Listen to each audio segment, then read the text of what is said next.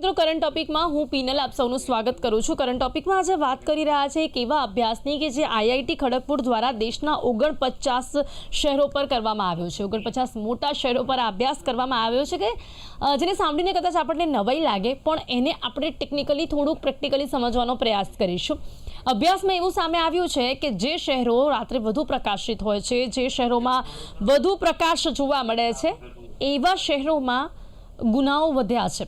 અને આ જે ડેટા મેળવવામાં આવ્યો છે સેટેલાઇટ દ્વારા મેળવવામાં આવ્યો છે અને સેટેલાઇટ થ્રુ એક એવો અભ્યાસ કરવામાં આવ્યો કે જે દેશો વધુ વિકસિત છે, પ્રકાશિત છે, વધુ ડેવલપ છે, ત્યાં આગળ વધુ ગુનાઓ થાય છે। કારણ આપણે જો એને એકદમ પ્રેક્ટિકલી સમજવા જઈએ તો એ શહેરો પ્રકાશિત છે, વિકસિત છે, પણ ત્યાં આગળ એક વર્ગ એવો વધારે છે કે જે ગરીબ છે, એટલે આર્થિક અસમાનતા ત્યાં જોવા મળે છે। એટલે આર્થિક અસમાનતાના લીધે ક્યાંક એવા લોકો કે જેમની પાસે કંઈ જ નથી એ લોકો ન પામી શકતા હોય, જેના કારણે ગુનાહો કરી રહ્યા છે। એટલે આર્થિક અસમાનતા અને ગરીબીનો સીધો સંબંધ ગુનાહો સાથે જોવા મળી રહ્યો છે, ગુનાહિત પ્રવૃત્તિઓ સાથે જોવા મળી રહ્યો છે। આપણે પણ જોયું હશે કે ઘણા એવા ગુનાઓ થતા હોય છે કે ઘણા એવા ચોર કહી શકાય કે ઘણા એવા ગુનેગારો કહી શકાય કે જેમની પાસેથી જ્યારે કારણ જાણવા મળતું હશે પોલીસને કે પછી કોર્ટમાં પણ એ લોકો ઘણી વખત સ્વીકારતા હોય છે કે એ કારણ મજબૂરી પણ હોય છે। નથી એવું હોતું કે બધા જ ગુનેગારો ક્યાંક પોતાની રીતે એટલે કે ક્યાંક પોતાની મરજીથી કે પછી એવો ખરેખર ગુનેગારો બનવા માંગે છે એટલા માટે જ ગુનાઓ કરતા હોય, પરંતુ એવું પણ જોવા મળે છે કે આ સમાજમાં વધતી ગરીબી અને આર્થિક અસમાનતાના કારણે જ્યારે તેઓ ન સહન કરી શકતા હોય, પોતાના પરિવારને કંઈક એવું ન આપી શકતા હોય કે જે લોકો સમાજમાં જોઈ રહ્યા હોય કે એમની આસપાસ રહેતા લોકોમાં જોઈ રહ્યા હોય, ત્યારે ઘણી વખત મજબૂરીમાં કોઈની પાસેથી પામીને કે ચોરી કરીને કે ગુના કરીને એ લોકો પોતાના પરિવારને વસ્તુ આપતા હોય કે પછી પોતાનું ઘર ચલાવતા હોય ને એવી મજબૂરીથી પણ લોકો આજના સમયમાં ગુનાહિત પ્રવૃત્તિઓ તરફ ધકેલાઈ રહ્યા છે। આ કેટલું યોગ્ય કહી શકાય છે અને આ ગરીબીનો જ્યારે ગુનાહિત પ્રવૃત્તિઓ સાથે સીધો સંબંધ જોવા મળી રહ્યો છે ત્યારે આ એક સમાજ માટે પણ કેટલું હાનિકારક સાબિત થઈ શકે છે। વધી રહેલી અસામાજિક પ્રવૃત્તિ પર આપણે રોક કેવી રીતે લગાવી શકીશું? અસામાજિક તત્વોના લીધે સમાજમાં જે દૂષણ ફેલાઈ રહ્યું છે અને એનું કારણ ક્યાંક આપણને જો જોવા મળી રહ્યું છે કે જે ગરીબી જોવા મળી રહી છે, ઝડપી શહેરીકરણ છતાં પણ જે અસમાન વિકાસની ઊંડી ખાઈ જોવા મળી રહી છે, તેને કઈ રીતે પૂરી કરી શકાય છે તેના વિશે વાત કરવા માટે મારી સાથે જોડાઈ ગયા છે અહીંયા ઇકોનોમિસ્ટ છે સિદ્ધાર્થ ભટ્ટ અને તેમની સાથે જોડાયા છે નિવૃત્ત અધિકારી જેમને કહીશું અને એડવોકેટ પણ છે અંબાલાલ ચૌહાણ। આ બંનેનું સ્વાગત છે। Welcome to current topic. Thank you. તો ખાસ કરીને આપણે જ્યારે ઇકોનોમિક દ્રષ્ટિએ સમજવાનો પ્રયાસ કરીશું તે પહેલા હું અંબાલાલ જી પાસેથી એ જાણવા માંગીશ કે એમના અનુભવો શું કહે છે? આ જે ડેટા સામે આવી રહ્યો છે એની સાથે જે અભ્યાસ કરવામાં આવ્યો છે, શું આપને એ અભ્યાસ સમજમાં આવી રહ્યો છે? આપને આપના અનુભવ પરથી ખ્યાલ આવે છે કે આ જે આર્થિક અસમાનતા વધી રહી છે અને જે દેશોમાં વધુ પ્રકાશ એટલે કે વધુ વિકસિત જે શહેરો જોવા મળી રહ્યા છે ત્યાં આગળ આ ગુનાહિત પ્રવૃત્તિઓ વધી રહી છે, કારણ કે ત્યાં એક વર્ગ એવો છે કે જે ગરીબ પણ છે, એના કારણે આ વધતા ગુનાહો છે। આ અભ્યાસ પર આપનું શું માનવું છે અંબાલાલજી? સૌથી પહેલા તો આ અભ્યાસ આઈઆઈટી ખડગપુર કરેલો છે। હવે આઈઆઈટી જે છે એ ભારતમાં એનું સારું એવું નામ છે, એટલે અભ્યાસમાં એ પૂરેપૂરી એમણે સાવચેતી રાખી હશે અને અભ્યાસ સાચો છે એવું માની શકાય। બીજી વાત એ છે કે એમણે 49 શહેરોનો અભ્યાસ કર્યો છે। એમાં મારું એવું માનવું છે કે જો મધ્યમ વર્ગના જે શહેરો જે છે એમને પણ જો એમાં સામેલ કર્યા હોત તો વધારે રિઝલ્ટ વિશ્વાસનીય વધારે જણાત અને ગામડાઓનો ગ્રામ્ય પ્રદેશનો પણ ઉલ્લેખ એમાં કરવો જોઈતો હતો, એનો સર્વેમાં સામેલ કરવા જોઈતા હતા। હવે ત્રીજી વાત એ છે કે આર્થિક અસમાનતા, ગરીબાઈ અને બેકારી એ બધાનો ગુનેગારી સાથે સીધો સંબંધ છે। એ લગભગ એમ 190% 95% આપણે કહી શકીએ। દાખલા તરીકે આપણે આપણા જ પુરાણોમાં જોઈએ તો મહાભારતનું જે યુદ્ધ છે, શ્રી કૃષ્ણ ભગવાને અમરલાલજી હું કૌરવો આપને પાસેથી હેલો પાંડવો માટે અમરલાલજી માત્ર 5 ગામ માંગ્યા હતા કે અમરલાલજી આખા રાજ્યમાંથી 5 ગામ આપી દો તો સમાધાન થઈ જશે. પણ કૌરવોએ 5 ગામ આપવાની પણ દુર્યોધને ના અમરલાલજી હું આપને રોકવા પાડી માંગીશ કારણ અને કે અમરલાલજી આ નેટવર્ક ઇસ્યુના કારણે અમે આખું આપનો અવાજ મહાભારત બિલકુલ નથી સાંભળી સર્જાયેલું. શકતા. એટલે આર્થિક અસમાનતા જે અમરલાલજી કહેવાય એની શરૂઆત ત્યાંથી જ થાય છે. પણ આપણી પાસે ખાવાનું ન હોય એટલે આપણે બીજાનું પડાવી લઈએ. હાજી હાજી. જી અમરલાલજી આપનો અવાજ અમે નથી સાંભળી શકતા. આપણા ત્યાં બહુ જ આપના ત્યાં નેટવર્ક ઇશ્યુ આવી રહ્યું છે.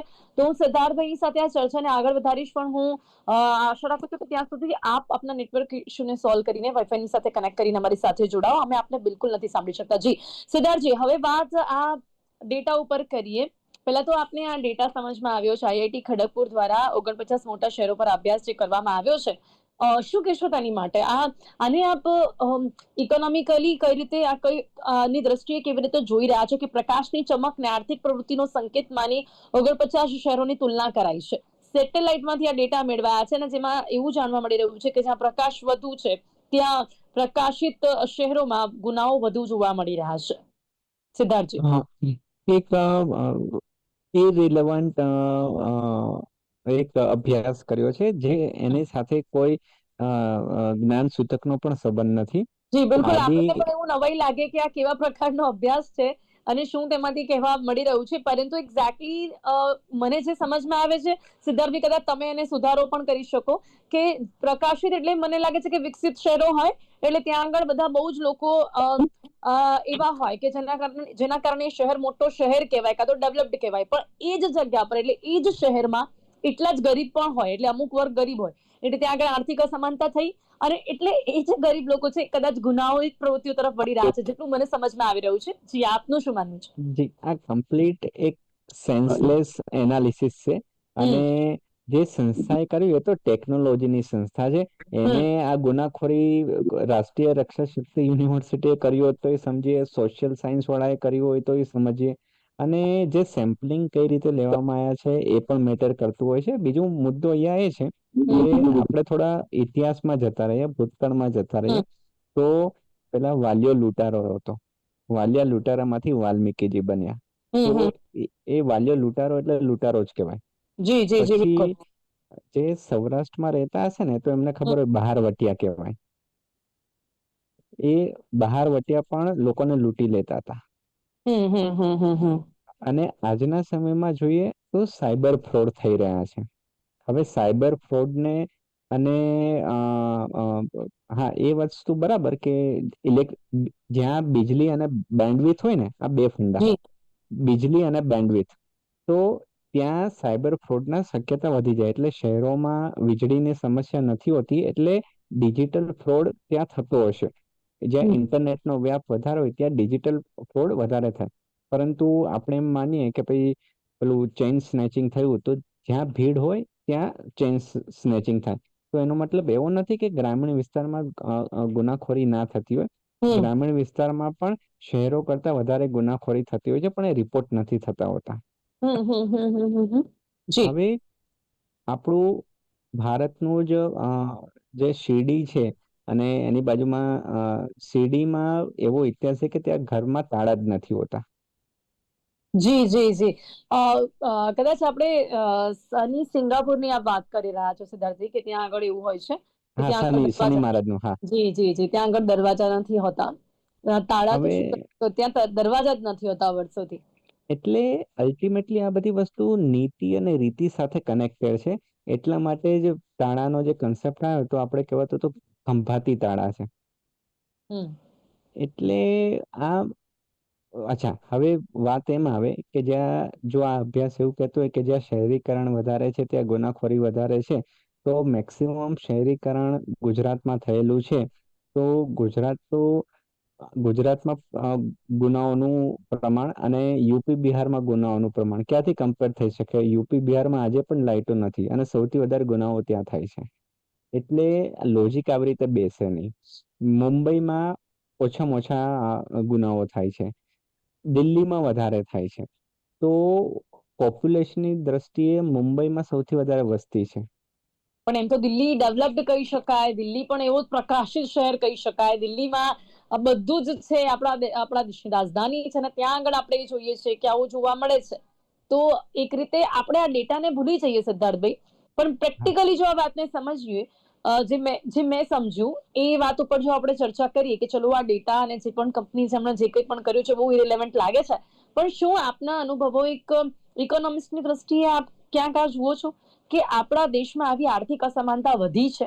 હું ચલો આ પ્રકાશિત શહેરોને આપણે જવા દઈએ, ઇન જનરલ શું આપ આ વાત માનો છો કે આપણા દેશમાં જે અમીર છે તે અમીર થતું જઈ રહ્યું છે, જે ગરીબ છે તે ગરીબ થતું જઈ રહ્યું છે? આ ઇમ્બેલેન્સના કારણે જે ગરીબ લોકો છે એ લોકો એ અમીર લોકો જેટલું કંઈક પામી લેવા માટે ગુનાઓ કરી રહ્યા છે. એટલે આની ઉપરથી આપણું એક સિનેમા આવ્યું હતું દબંગ કરીને. તો જે રોબિનહુડ કન્સેપ્ટ છે ને, એ રોબિનહુડ કન્સેપ્ટમાં એ છે કે ભાઈ જે અમીરો હોય, માલદાર હોય, એની જોડેથી જૂટવી લેવું અને રાતે ગરીબોને વેચી દેવું. જે સમાજવાદીનો કન્સેપ્ટ છે સોશિયાલિસ્ટ ઇકોનોમી, તો સોશિયાલિસ્ટ ઇકોનોમીનો ચાઇના કે રશિયાનો મૂળભૂત હેતુ એ જ છે કે બધાને આવકની પ્રમાણસર વહેંચણી થાય. વીઝ જે કેપિટાલિસ્ટ ઇકોનોમી છે, એટલે કે અમેરિકા એ કેપિટાલિસ્ટ ઇકોનોમી છે, મૂડીવાળી અર્થતંત્ર છે. તો એમાં ફંડા એવી રીતનો હોય છે કે જે વધારે મહેનત કરે એટલું વધારે કમાય, અને જે ન ટેલેન્ટેડ ના હોય એ એટલું ઓછું કમાય. તો આ આપણું ભારત ઇઝ કેપિટાલિસ્ટ, થોડું અડધું 50-50 છે, કેપિટાલિસ્ટ અને સોશિયાલિસ્ટ. એટલે આ પ્રશ્ન તો હંમેશા રહેવાનો, પણ એનો મતલબ એવો નથી. અમેરિકામાં પણ આર્થિક ગુનાઓ એટલા જ થાય છે. તો એની સામે ભૂતાન જોઈ લો, એકદમ ત્યાં કોઈ શહેરીકરણ નથી, સંપૂર્ણ ગ્રામીણ જીવન છે, પ્રકૃતિના ખોળે ખીલેલું છે, અને ત્યાં સૌથી ઓછું ગુનાખોરીનું પ્રમાણ છે, સૌથી ઓછામાં ઓછું. બીજું આપણે મધ્ય ગુજરાત લઈ લઈએ કે એમ તો છે ને, આણંદ. આપણે સિદ્ધાર્થભાઈ બીજા દેશોની સાથે પણ કમ્પેર કરીએ ને તો પણ આપણને બહુ જ વાત નવાઈ લાગે. એમ તો ઘણા એક્ઝામ્પલ્સ હશે, પણ મને હમણાં ઓલ ઓફ સડન ફિનલેન્ડનું એક્ઝામ્પલ યાદ આવે છે કે જે બહુ જ હેપી શહેર છે, હેપી દેશ છે, અને ત્યાં આગળ એવું છે કે કોઈ વાતની કોઈ મગજમારી નથી હોતી, કોઈ કોઈની સાથે ચીટ નથી કરતું. એ બધું એમની અંદરથી જ છે. એમને કોઈ પ્રકારની ત્યાં આગળ કોઈ ટ્રેનિંગ નથી આપવામાં આવતી, કોઈ કાયદાઓ એવા નથી કે આમને કોઈ સજા કરવી પડે. એટલે it all ups to like એ લોકોની કન્ટ્રીમાં એવું પહેલેથી જોવા મળે છે, પણ એવું કંઈ આપણા દેશમાં નથી જોવા મળતું. ના, એવું નથી. કે આમાં કેવું છે કે આપણા દેશની વસ્તી 150 કરોડ છે, એટલે આ આંકડો મોટો હા, એ દેખાય. એક બહુ જ નાનો દેશ છે. જી. હા, હવે હું જાપાનની વાત કરું તો સૌથી પ્રામાણિક દેશ હોય ને તો જાપાન છે. જાપાનનું એક ઉદાહરણ તમને કહું કે આપણે ત્યાં રેલવે સ્ટેશનમાં અસંખ્ય પ્રવાસીઓ આવતા જતા હોય, તો ત્યાં પણ એક સમયે અહીંયાથી એક ડેલિગેશન ગયું હતું, તો એમનું પર્સ રેલવે સ્ટેશન ઉપર ભૂલી ગયા હતા.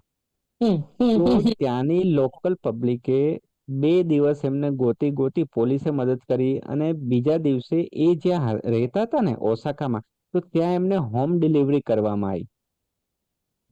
આ લેવલ ઓફ પ્રામાણિકતા છે જાપાનનું. રસ્તામાં કઈ સોની નોટ પડી હોય ને તો એ ઉપાડશે નહીં, ઉપાડશે તો પોલીસ સ્ટેશનને આપી દેશે. અને એ મનસા ઉપર આધારિત રાખે છે કે આપણા લોકોનું માઇન્ડસેટ કેવું છે, મનસા કેવી છે, અચ્છા, તો નીતિ અને સિદ્ધાર્થભાઈ, રીતેથી. જાપાનમાં ગરીબી કેટલી? હા, જાપાનમાં. ઓકે, હવે જાપાનમાં હમણાં બધું ટેરિફનું ચાલે છે. અમેરિકાએ 1945માં 2 પરમાણુ બોમ્બ જાપાનને ફેંક્યા હતા, એટલે જી. જાપાનનું નામો નિશાન મિટાઈ ગયું હતું. પરંતુ એની પ્રજા ખમીરવંતી છે અને સમુરાઈ કહેવામાં આવે છે. તો જાપાન, ભારત અને ચાઇના એક સાથે આઝાદ થયેલા દેશો કહેવાય. તો આજે ચાઇના પણ આગળ નીકળી ગયું છે અને જાપાન પણ આગળ નીકળી ગયું છે. આપણે ધીરે ધીરે ગોકળગાયની ગતિએ પ્રગતિ કરી રહ્યા છે. હવે અમીરી અને ગરીબીની વાત આવે છે ને, તો ચાઇનામાં પણ ગરીબી છે, પણ ત્યાં માથાદીઠ આવક માની લો કે આપણી $3,000 છે ને, તો ચાઇનામાં $14,000 છે. એટલે આપણાથી 3 થી 4 ગણી વધારે છે. તો અહીંયા પ્રોબ્લેમ મૂળભૂત રીતે આપણા લોકોની માનસિકતા, કે 600-700 વર્ષ જે રીતે રાજ કર્યું વિદેશીઓએ, તો આપણું નીતિ રીતિ ભૂલાઈ ગઈ છે, આપણા સંસ્કાર ભૂલાઈ ગયા છે. એટલે આ મુદ્દો ગુનાખોરીનો, આવકની અસમાનતા સાથે હું સંમત એટલા માટે નથી થતો કે ગામડામાં જ્યારે મારો ખેડૂત રહે છે ને, તો સૂકો રોટલો ખાય છે, પરંતુ એ ચોરી નથી કરતો, અણહકનું નથી લેતો. આપણા ભજન ને સંસ્કૃતિની આપણે સભ્યતા આપણે લઈએ તો એમાં એ જ શીખવામાં આવે છે કે જેટલું હોય એમાંથી સંતોષ માનો. પરંતુ હવેની જે નવી જનરેશન આવે છે તો એમને વધારે ને વધારે બધું કમાઈ લેવું છે, શોર્ટકટ જી જી કરવો જી છે. જી, બિલકુલ સિદ્ધાર્થભાઈ, એ ગામડા વિસ્તારની આપ જે વાત કરી રહ્યા છો એ ચોક્કસપણે માની શકાય છે, કારણ કે એમની આસપાસના લોકો પાછા એમના જેવા જ હોય છે, તો એ લોકો સેટિસ્ફાઈડ હોય છે, એટલે ત્યાં આગળ કદાચ. પણ શહેરી વિસ્તારમાં તમે આવો ને ત્યારે આ આર્થિક અસમાનતા વધે છે. ઓકે, એમ ચૌહાણજી હવે આપણી સાથે જોડાયા છે, એમની સાથે ફરી એક વખત વાત કરીશું. ચૌહાણજી, આપના અનુભવો જાણવા માંગીશ. રિટાયર્ડ આપ આઈપીએસ અધિકારી છો, એ સમયમાં પણ આપના અનુભવો એવા રહ્યા હતા કે જે પણ ગુનેગારો જે ઝડપાય એમાંથી કેટલા એવા ગુનેગારો હતા કે જે ખરેખર એવું બસ કરવા માંગતા હતા ને જે લોકોને ખાલી કરવા માટેની પોતાની મરજીથી એ લોકો આ તરફ કોઈની દેખાદેખીમાં ગયા છે, અને કેટલા એવા લોકો હતા કે જે મજબૂરીમાં આવું કરતા હતા, કે જેમની આસપાસ એવા લોકો હોય કે જે કદાચ આપની સામે પણ એવું કહેતા હોય કે આ મજબૂરી છે, કારણ કે હું મારા પરિવારને આપી નથી શકતો ને એટલે મેં આવું કર્યું. અમરલાલજી. મને શરૂઆતનું પોસ્ટિંગ મારું ઉત્તર ગુજરાતમાં હતું. ત્યાં અમુક ગામ એવા હતા કે અમારા વિસ્તારમાં આજુબાજુમાં મારા અંડરમાં 6 પોલીસ સ્ટેશન હતા શરૂઆત. તો ગમે ત્યાં પણ ચોરી થઈ હોય તો અમુક ગામોમાં જઈને અમે સીધી રેડ કરતા, અને લગભગ અમારું મિશન સફળ એ રીતે રહેતું કે મોડા વહેલા ગુનેગારો પકડાઈ જતા. હવે જે ગુનેગારો પકડાતા એમની પાસે થોડી ઘણી જમીન અને ખેતી ના તે રહેતું, પણ ત્યાં પાણીનો મોટો પ્રોબ્લેમ હતો. પછી ધરોઈ ડેમ થયો ને એનું પાણી જ્યારે મળવા મળ્યું ત્યારે અત્યારે મારી જાણમાં છે કે આ પ્રકારના ગુના, ચોરીના ગુના, એ બિલકુલ ઓછા થઈ ગયા છે, પર્ટિક્યુલરલી એક કોમ્યુનિટીમાં. એટલે આને આર્થિક પરિસ્થિતિ સાથે સીધે સીધો સંબંધ છે, અને એમાં એક જ પરિબળ કામ કરતું નથી, પણ આર્થિક પરિબળ એ મુખ્ય પરિબળ છે. બાકી તો માણસમાં જો ટ્રેનિંગ હોય તો એ ભૂખે મરશે પણ ચોરી નહીં કરે. બીજી બાજુ એ પણ છે કે અત્યારે જેમ હમણાં સિદ્ધાર્થભાઈએ કહ્યું કે ભાઈ દેખાદેખીમાં અત્યારે જે નવા નવા લોકોને એમ કે ભાઈ બાજુવાળાને ત્યાં બંગલો છે કે એની પાસે 25 લાખ રૂપિયા રોકડા છે કે આ છે તે છે, એટલે એ દેખાદેખીમાં આપણે પણ આગળ વધવા માટે, આર્થિક સમૃદ્ધ કરવા માટે ચાલો આપણે પણ ચોરી કરીએ એવું એના મગજમાં ઉદ્ભવે. પણ જો એના સંસ્કાર સારા હોય તો એ એવું નહીં કરે. એટલે જે આપણે જાપાનનો દાખલો આપ્યો, ભૂતાનનો દાખલો આપ્યો, અને એ જ રીતે આજે પણ દુનિયામાં એવા પણ દેશો છે. આપણે ઓનેસ્ટીમાં આપણો નંબર 193 દેશમાં 160 ઉપર છે. એટલે કે આપણે એટલા બધા ડિસઓનેસ્ટ છીએ કે આપણાથી વધારે ડિસઓનેસ્ટ માત્ર 30-35 દેશો જ છે. એટલે ઓવરઓલની વાત કરું છું. આવા કેટલા લોકો કે જે લોકોને આ સંસ્કાર પણ ભૂલી જવા પડે કે જ્યારે એમના પર મજબૂરી આવી પડે, જે રીતની ગરીબી વધતી જોવા મળી રહી છે તે જોતા આપનું શું માનવું છે? હા, એટલે એ ગરીબાઈ અને જે આર્થિક ખાઈ છે એ ખરેખર પૂરી કરવા માટે ખાસ કરીને સરકારે અને સમાજે બધાએ સાથે મળીને પ્રયત્ન કરવા જોઈએ.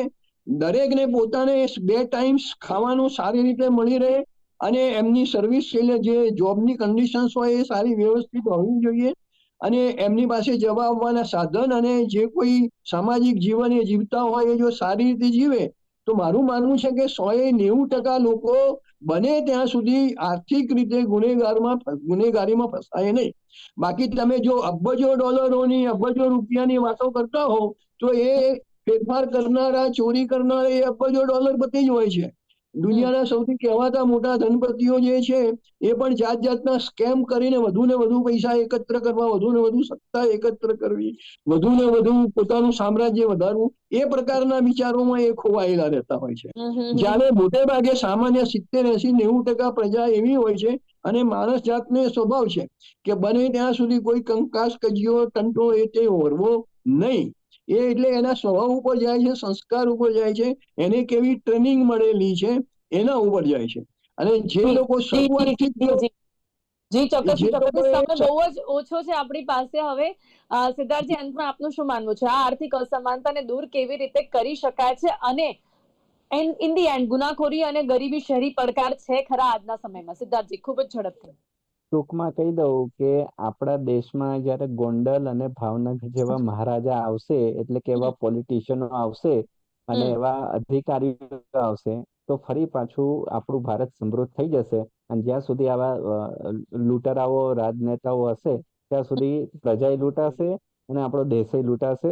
એટલે એવી વિનંતી કે ફરી પાછા આપણા નેતાઓમાં કૃષ્ણકુમાર સિંહજી અને ગોંડલના મહારાજાનું વારસો આવે તો આપણો જી દેશ સદ્ધર જી થશે. બિલકુલ બિલકુલ બિલકુલ. સમય ઓછો છે એટલે ચર્ચાને આપણે સમાપ્ત કરીએ છીએ, પણ ઇન ધી એન્ડ મને લાગે છે કે આ બધું જ ક્યાંક ગયું છે રાજકીય ઈચ્છા શક્તિ ઉપર, જેનો અભાવ ક્યાંક જોવા મળે એટલા માટે આ પ્રકારની પરિસ્થિતિ ઊભી થાય. જો રાજકીય ઈચ્છા શક્તિ માં પરિવર્તન આવે તો ગુનાખોરી અને ગરીબી આ બંનેમાંથી આપણે ક્યાંક બહાર આવી શકીએ છીએ. સમય અહીંયા સમાપ્ત થાય છે. સિદ્ધાર્થજી અને બલાલજી, આ બંને મારી સાથે ચર્ચામાં જોડાયા તે બદલ આપનો ખૂબ ખૂબ આભાર. Thank you so much. Thank you. તો કરંટ ટોપિકમાં ત્યારે બસ આટલું જ. ફરીથી મળીશું એક નવા વિષયની સાથે. ત્યાં સુધી રજા આપશો. નમસ્કાર.